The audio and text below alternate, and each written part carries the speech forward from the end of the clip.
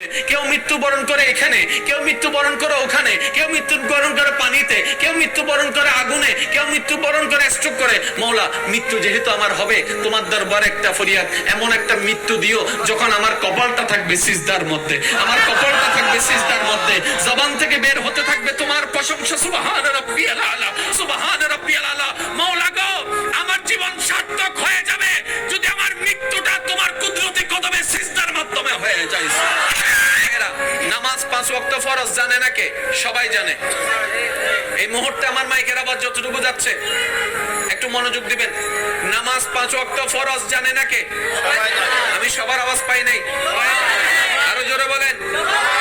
Already কিন্তু 16 minute শেষ, সেজন্য তাড়াতাড়ি বলছি, একটু দ্রুত বলবেন।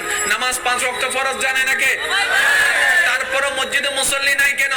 না জানার কারণে নয়, নয়, নয়, নয়, না জানার কারণে নয়, প্রেমে না পড়ার কারণে।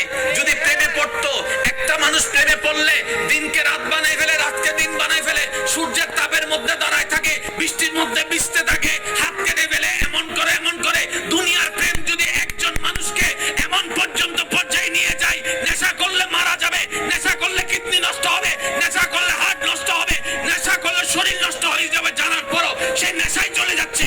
এটা যদি দুনিয়ার প্রেম হয়, ও আল্লাহর বান্দারা, একটু চোখ বন্ধ করে ভাবেন না, বান্দা যেদিন রবের প্রেমে পড়বে, উম্মত যেদিন নবী মুস্তাফার প্রেমে পড়বে, জীবন তেমনি পাল্টায় যাবে। আমরা সব সময় ভয় দিয়ে নিয়ন্ত্রণ করার চেষ্টা করি, যেটা আমাদের জন্য সবচেয়ে বড় ভুল। কথা বলেন না?